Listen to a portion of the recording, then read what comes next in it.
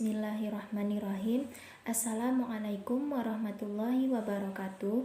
Saya Aditya Farah Oktavia, NIM 21280 dari Lokal PAI 3B Fakultas Tarbiyah dan Ilmu Keguruan. Di kesempatan kali ini saya akan membacakan jawaban dari UTS, yaitu mata kuliah Manajemen Pendidikan, yakni dengan dosen pengampu Ibu Dr. Sito Rahmana MA. Baiklah, saya akan membacakan jawaban dari ujian tengah semester mata kuliah Manajemen Pendidikan. Soal yang pertama yaitu, jika saudara diangkat menjadi kepala dinas pendidikan di daerah saudara, tugas pertama yang harus dikerjakan adalah menyusun rencana strategis pengembangan pendidikan menjadi tanggung jawab dinas selama masa jabatan saudara. Jelaskan secara rinci dan lengkap langkah-langkah strategis apa yang akan Anda lakukan dalam membuat visi, misi, tujuan, strategi, program pendidikan, dan sasaran pendidikan. Langkah-langkah strategis dalam membuat visi dan misi jika saya diangkat menjadi kepala dinas pendidikan di daerah saya, yaitu terutama saya menentukan langkah-langkah strategis yang paling utama, yaitu dalam membuat visi dan misi pendidikan. Langkah awal yang saya lakukan dalam penentuan atau membuat suatu visi dan misi, yakni visi yang akan saya buat merupakan visi yang di dalamnya mencakup bagaimana pendidikan pada masa sekarang dan pada masa yang akan datang. Tentunya yang paling utama yakni untuk kemajuan pendidikan di masa yang akan datang. Keadaan pendidikan pada saat ini pasti akan memiliki perubahan atau bahkan kemajuan di masa yang akan datang. Maka dari itu, sebelum saya merancang visi dalam sebuah pendidikan, terutama dalam menyusun rencana strategis pengembangan pendidikan, saya harus mengamati terlebih dahulu bagaimana keadaan pendidikan pada masa sekarang, baik itu di dalam aspek religius, kebudayaan, dan dalam aspek sosial. Karena saya berharap isi utama di dalam sebuah visi saya yaitu terutama pada aspek religius, penerapan kebudayaan maupun sosial, dan saya juga akan memasukkan dari nilai-nilai yang terdapat pada Pancasila serta IPTEK. Dengan adanya visi tersebut sehingga saya mampu mengembangkan suatu misi saya, yakni bahwa dapat kita ketahui seiring dengan perkembangan zaman yang begitu pesat, pastinya akan banyak mengalami perubahan dari masa ke masa, sehingga dalam menetapkan visi dan misi dalam rencana strategis pengembangan pendidikan, yakni dengan adanya pengamatan saya mengenai pendidikan pada masa sekarang dan memikirkan pada masa yang akan datang. Gambaran dari visi dan misi saya yaitu terwujudnya pendidikan yang religius, berkebudayaan, bermoral pada masa sekarang dan pada masa yang akan datang di Kota Pekanbaru, Kota Madani. Kemudian yaitu untuk misi saya, yang pertama untuk mewujudkan pendidikan yang selalu menanamkan nilai-nilai religius dalam segala aktivitas. Yang kedua yaitu untuk mewujudkan pendidikan yang berakhlak mulia. Dan yang ketiga yaitu untuk mewujudkan pendidikan yang berkebudayaan. Yang keempat, terciptanya pendidikan sesuai perkembangan IPTEK. Demikianlah langkah-langkah strategis dari saya dalam menentukan visi dan misi di dalam sebuah rencana pengembangan pendidikan. Selanjutnya yaitu dalam menentukan tujuan dan strategi. Dalam menentukan atau membuat suatu tujuan, yaitu di dalam rencana strategis pengembangan pendidikan, di mana di sini saya akan berpedoman kepada visi dan misi yang telah saya buat sebelumnya. Tentunya di dalam visi dan misi yang telah saya tetapkan memiliki tujuan yang hendak dicapai untuk kedepannya, terutama dalam kemajuan pendidikan di masa yang akan datang. Di sini saya akan menjelaskan salah satu dari tujuan strategis rencana pengembangan pendidikan, yakni meningkatkan kualitas pendidikan yang terutama pada daerah saya, yaitu di mana di tempat saat ini di mana tujuan tersebut agar melahirkan peserta didik yang berkualitas. Bukan hanya peserta didik tetapi pendidik yang profesional di bidangnya. Sedangkan di dalam membuat suatu rencana strategis pengembangan pendidikan, yaitu di dalam sebuah strategi di mana saya akan meningkatkan kualitas dari sebuah pembelajaran dan pengajaran di ranah pendidikan, serta tujuan yang akan saya capai yaitu untuk meningkatkan mutu dari pendidikan serta pemerataan pendidikan di daerah yang saya tempati. Strategi ini saya kembangkan yaitu melalui apa visi dan misi yang telah saya tetapkan dan apa pula tujuan yang hendak dicapai. Setelah itu saya merancang suatu strategi yang harus saya capai di dalam pendidikan. Seperti strategi apa yang harus saya lakukan untuk meningkatkan mutu pendidikan di daerah saya. Demikian cara atau strategi saya dalam menentukan dan strategi dalam rencana strategis pengembangan pendidikan. Selanjutnya yaitu program pendidikan dan sasaran pendidikan. Di dalam sebuah program pendidikan atau dalam membuat suatu program pendidikan, di mana sebelum saya membuat program, yaitu terlebih saya menentukan program yang tepat untuk melaksanakan pendidikan, di mana saya akan membuat suatu program pendidikan dengan jangka pendek, yaitu saya memberi kebebasan kepada peserta didik untuk menentukan suatu program pendidikan di mana program pendidikan tersebut sesuai dengan kemampuan, bakat, dan minat dari peserta didik tersebut. Dengan adanya program jangka pendek atau tahunan tersebut bisa menjelaskan berbagai kegiatan, hasil yang dicapai, serta untuk menentukan arah kegiatan pendidikan yang harus dilaksanakan, dan program jangka pendek itu harus dilaksanakan guna sebagai evaluasi pendidikan, baik itu di dalam kurikulum, manajemen, sampai kepada siswa. Kemudian sasaran dari pendidikan tersebut yakni bahwa saya menitik fokuskan kepada pertumbuhan yaitu potensi sumber daya manusia, bukan hanya saja pada lembaga pendidikan sekolah, tetapi sasaran pendidikan menurut saya itu juga kepada masyarakat. Dapat saya simpulkan bahwa seluruh manusia merupakan menjadi sasaran dari proses pendidikan.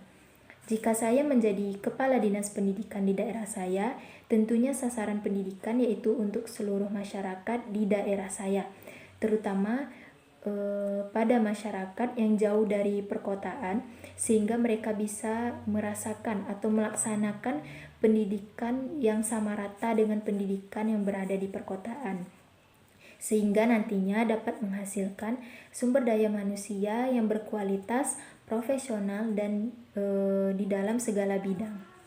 Selanjutnya yaitu soal nomor 2, yaitu sejatinya pendidikan bertugas untuk menyiapkan peserta didik agar dapat mencapai peradaban yang maju melalui perwujudan suasana belajar yang kondusif, aktivitas pembelajaran semakin menarik dan menyenangkan, sehingga proses pendidikan menjadi lebih aktif dan kreatif. Lalu bagaimana seharusnya sistem pendidikan nasional yang sekarang ini diterapkan dalam konsep pengembangan negara dan bangsa? Dapat kita ketahui bahwa fungsi dari sistem pendidikan nasional yaitu terdapat di dalam Undang-Undang Dasar Nomor 20 Tahun 2003, yakni untuk mengembangkan kemampuan dan membentuk watak serta peradaban bangsa yang bermartabat dalam rangka mencerdaskan kehidupan bangsa. Saat ini kemajuan ilmu pengetahuan berkembang sangat pesat, di mana adanya teknologi yang semakin maju sehingga ilmu pengetahuan pun ikut berkembang pesat. Disinilah peran dari pendidikan nasional diadakan, di mana pendidikan nasional adalah pendidikan yang didasarkan pada Pancasila dan Undang-Undang 1945, sehingga sistem pendidikan nasional diterapkan pada konsep pengembangan negara dan bangsa. Karena pendidikan nasional agar bisa atau dituntut untuk mengalami perubahan atau siap mengalami perubahan baik itu secara global. Dengan adanya suatu sistem pendidikan yang sekarang ini diharapkan mampu mencerdaskan kehidupan bangsa sehingga dibentuk dalam konsep pengembangan negara dan bangsa, dan seharusnya sistem pendidikan nasional mampu membawa peserta didik dalam pengembangan negara dan bangsa, seperti menanamkan nilai-nilai keagamaan di dalam diri peserta didik, kemudian menanamkan nilai-nilai kebudayaan nasional sebagai pengembangan negara dan bangsa. Dan seharusnya sistem pendidikan nasional menerapkan yaitu pembaharuan terutama pada sistem pendidikannya. Karena adanya perkembangan ilmu pengetahuan dan teknologi yang sangat pesat, sehingga di sini dituntut sebuah pendidikan untuk mengikuti sebuah perkembangan zaman yang sangat pesat tersebut, agar tercapainya peserta didik yang berkualitas, terutama dalam pengembangan negara dan bangsa.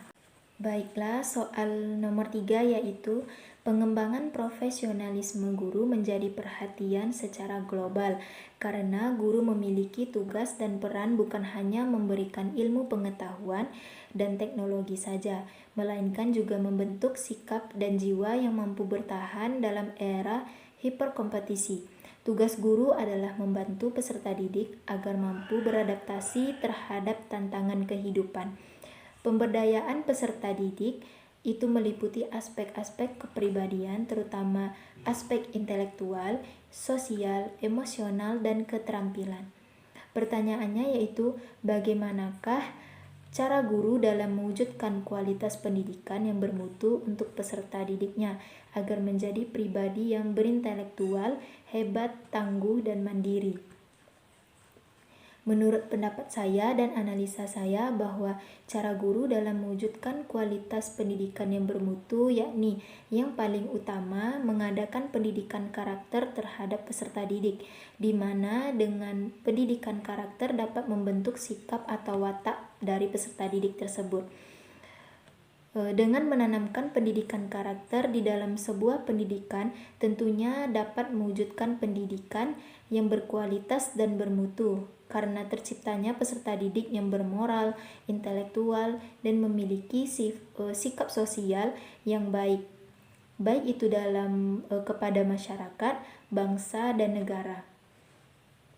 Kemudian menurut pendapat saya bahwa yang harus dilakukan oleh seorang guru yakni di dalam sebuah metode pembelajaran, seorang guru mestinya menggunakan metode yang bervariasi.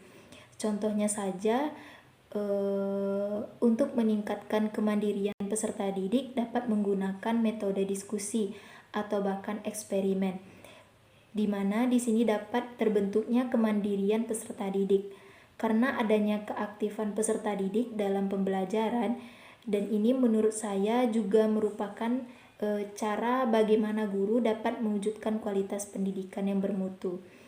Dan yang terakhir menurut pendapat saya yaitu cara guru dengan mengerahkan peserta didik atau mengarahkan peserta didik kepada bakat dan minat yang dimiliki oleh peserta didik, di mana peserta didik dapat menyalurkan bakat dan minat itu baik itu di dalam sekolah maupun di luar sekolah. Di sini peran guru yaitu sebagai pengarah dan pendukung peserta didiknya.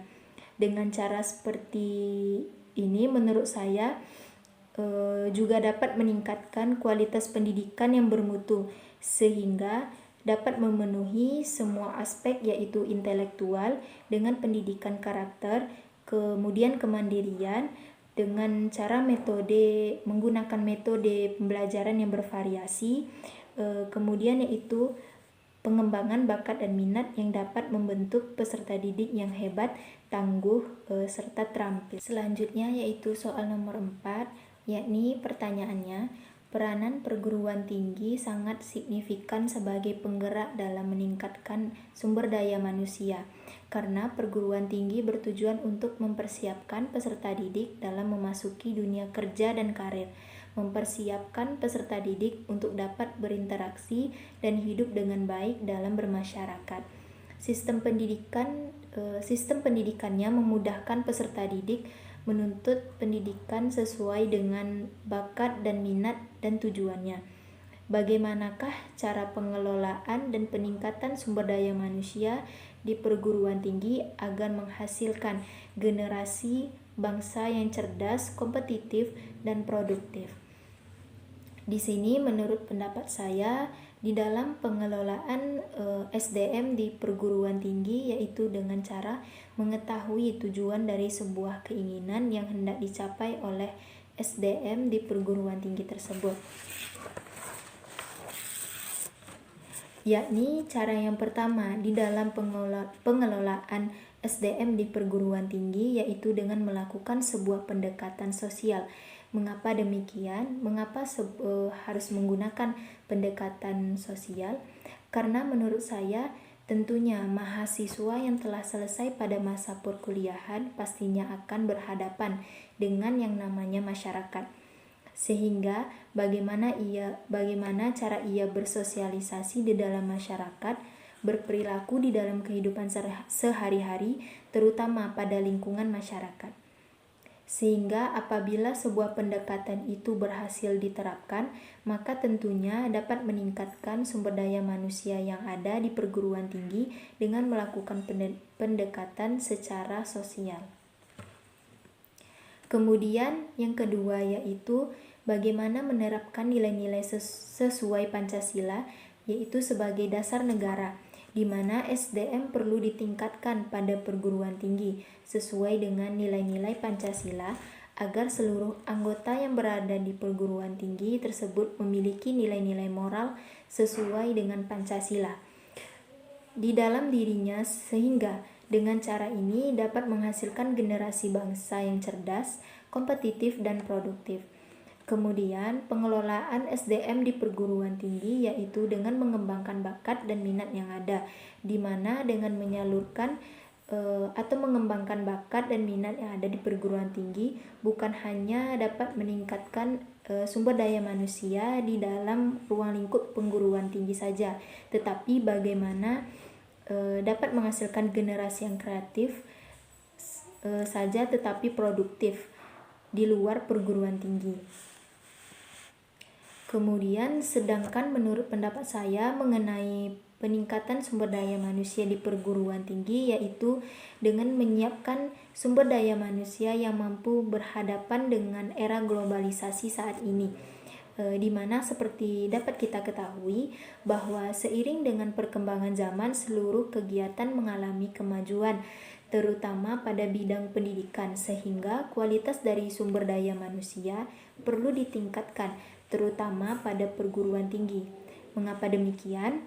Karena agar menghasilkan generasi yang siap berkompetitif di masa globalisasi yang sangat pesat ini. Selanjutnya yaitu soal nomor 5, yakni lembaga pendidikan yang akuntabel, berkualitas baik dalam pengelolaan sumber daya maupun bersaing dengan lembaga pendidikan lain dan dapat mengantarkan peserta didik ke jenjang pendidikan yang lebih tinggi ataupun ke dunia kerja dengan bekal ilmu pengetahuan dan teknologi serta keterampilan teknis yang sangat diperlukan oleh dunia usaha dan industri.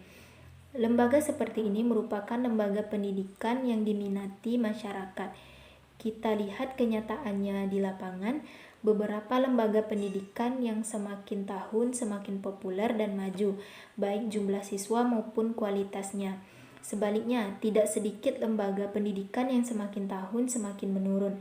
Hal apa yang seharusnya dilakukan oleh pengelola lembaga pendidikan untuk menciptakan lembaga pendidikan yang baik dan bermutu, yang memperhatikan dan memenuhi harapan dari semua pihak yang terlibat dalam lembaga pendidikan?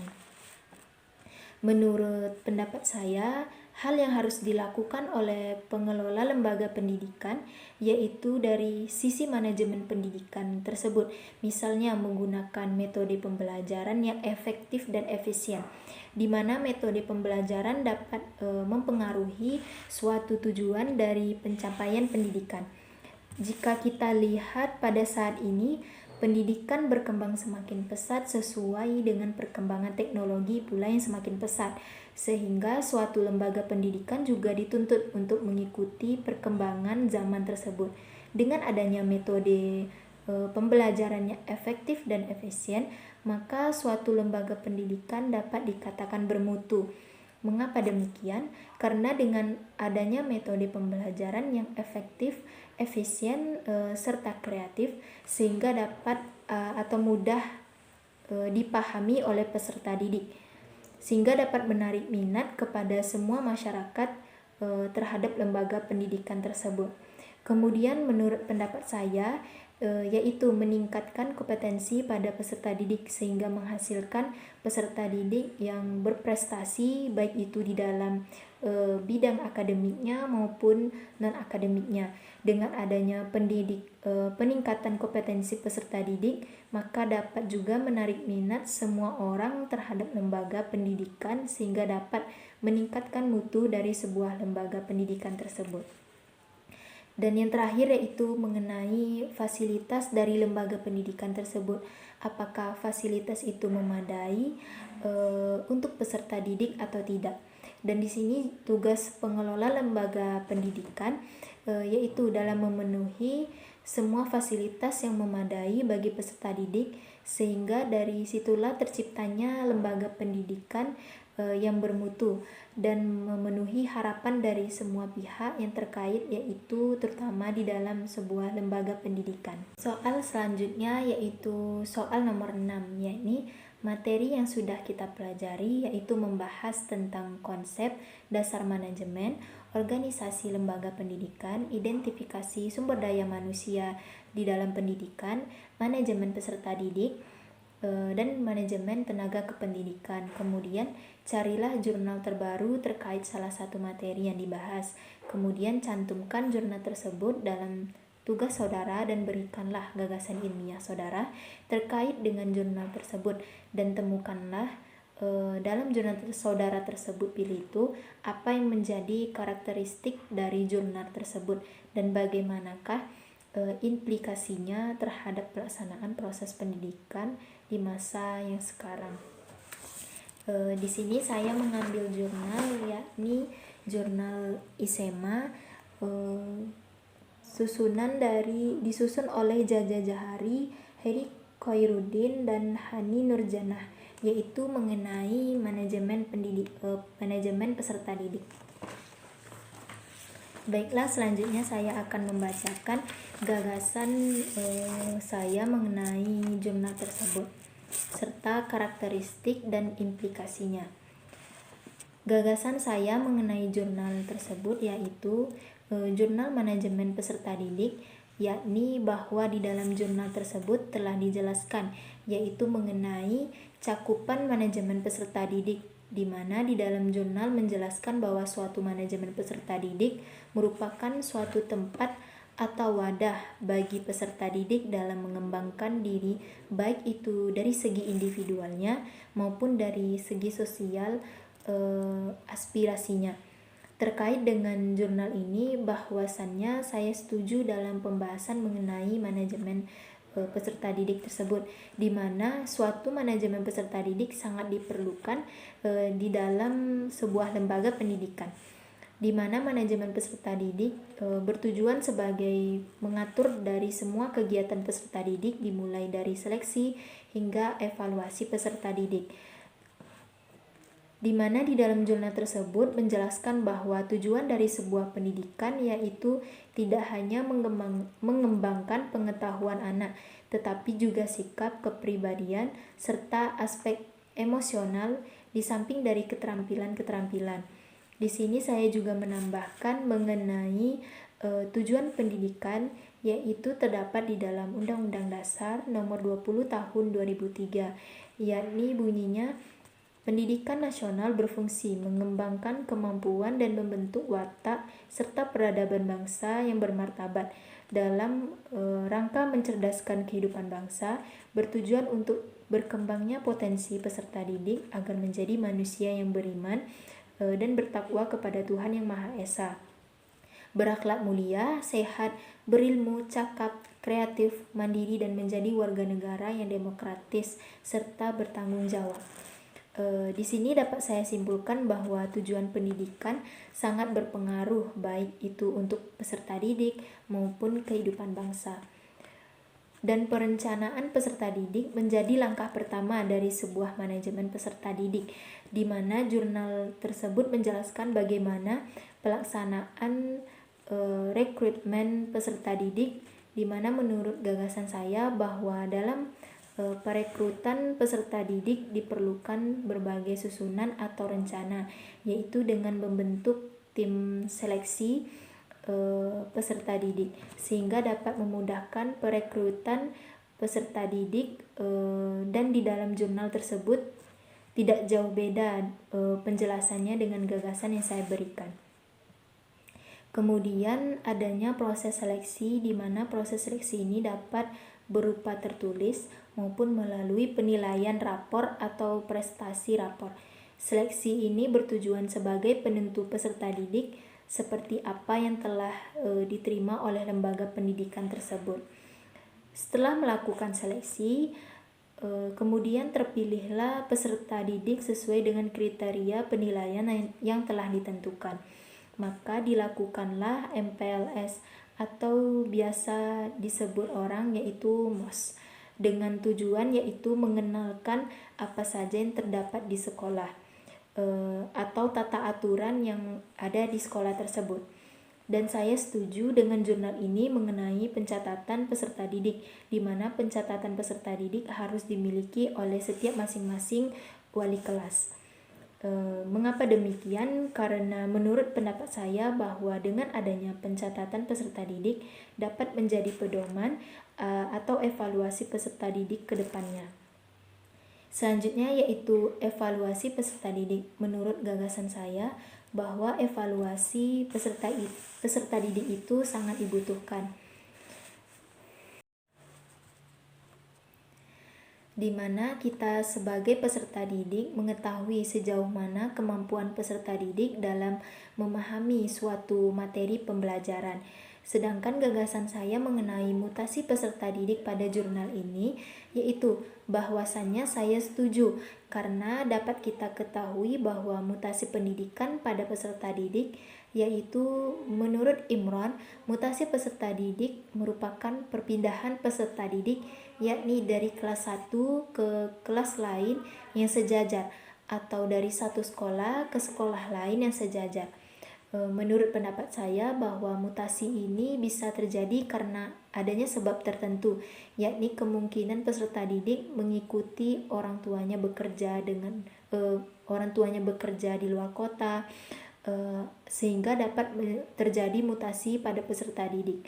Kemudian penghambat dari manajemen peserta didik ini sendiri yaitu menurut gagasan saya tenaga pendidik menjadi faktor utama dalam tercapainya sebuah tujuan dari manajemen peserta didik tersebut.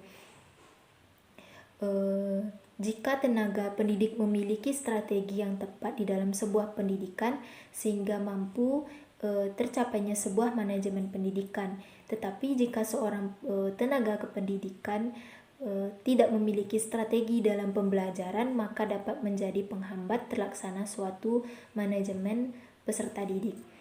Sedangkan karakteristik dari jurnal tersebut ialah bahwa jurnal tersebut menguraikan dari proses dan pelaksanaan dari manajemen peserta didik yang mana dilakukan penelitian di tepatnya yaitu di Madrasah Sanawiyah Al-Mursyid di Kota Bandung. Jurnal ini menjelaskan manajemen peserta didik di Madrasah Al-Mursyid, dimulai dari pengrekrutmen peserta didik hingga hasil dari manajemen peserta didik. Jurnal ini juga membahas setiap poin dengan jelas dan rinci sesuai dengan penelitian yang dilakukan oleh penulis. Kemudian implikasi terhadap proses pendidikan sekarang, menurut saya bahwa dengan adanya suatu manajemen peserta didik, semua kegiatan yang berhubungan dengan peserta didik tersusun secara rapi. Contohnya saja pada pendidikan saat ini tersusun rapi. Mengapa demikian? Dikarenakan adanya suatu manajemen peserta didik. Bayangkan saja jika sebuah lembaga pendidikan tidak menerapkan manajemen peserta didik, tentunya sebuah kegiatan yang terdapat di sebuah lembaga pendidikan tidak akan tersusun rapi dan tidak sesuai dengan apa yang diharapkan, sehingga tidak akan tercapai sebuah pendidikan tersebut. Sehingga pada proses pendidikan saat ini, jika kita lihat sudah merata, yaitu dengan kata lain sudah tersusun rapi, lebih tepatnya pada penetapan manajemen peserta didik di dalam sebuah lembaga pendidikan. Demikianlah jawaban dari ujian tengah semester saya, yaitu mata kuliah manajemen pendidikan. Mohon maaf apabila ada kesalahan dan kekurangan ataupun kesalahan kata, saya mohon maaf. Saya akhiri dengan wassalamualaikum warahmatullahi wabarakatuh.